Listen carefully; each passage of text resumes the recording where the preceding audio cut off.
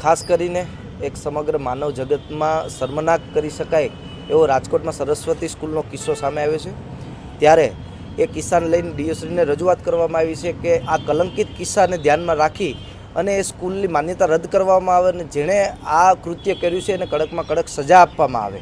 અને ખાસ બીજી અમારી માંગણી એ હતી કે અત્યારે રાઇટ ટુ એજ્યુકેશનના ફોર્મ ભરાય છે। આ ફોર્મમાં ગરીબ વાલીઓ ઇન્વોલ્વ થવાના હોય છે। ત્યારે એમાં જે રજિસ્ટર ભાડા કરાર માંગ્યું છે, આ રજિસ્ટર ભાડા કરાર જોવા જઈએ તો આપણે સામાન્યમાં સામાન્ય પર 7 થી 8 હજારનો ખર્ચો થાય છે। ત્યારે આ વાલીઓ પાસે પૈસા એટલા હોત તો પોતાના છોકરાઓને પ્રાઇવેટ સ્કૂલમાં ના બેસાડી શકત, શું કરવા આરટીમાં એડમિશન લેવડાવે।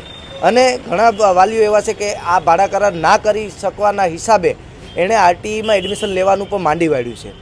ત્યારે અને એક જોવા જાય બાબત, આ રજિસ્ટર ભાડા કરારમાં પણ સ્લોટ બુક કરાવવાનો હોય છે, એ સ્લોટ પણ બુક થતા નથી, ઘણા દિવસનું વેઇટિંગ છે। ત્યારે 26 તારીખ છેલ્લી છે। ત્યારે આ વાલીઓની વ્યાપક ફરિયાદો હતી। ત્યારે અમે ડીઓશ્રીને રજૂઆત કરી છે કે આરટીઈના ફોર્મની સમય મર્યાદા વધારવામાં આવે અને આ ભાડા કરાર રજિસ્ટરને બદલે જે નોટરી ભાડા કરાર હોય છે કે જેનો ખર્ચ 700 થી 800 હોય છે અને બે સમકક્ષ ગણાય છે, ત્યારે આ નોટરી ભાડા કરાર ચલાવવામાં આવે એવી ખાસ એનએસયુઆઈની માંગણી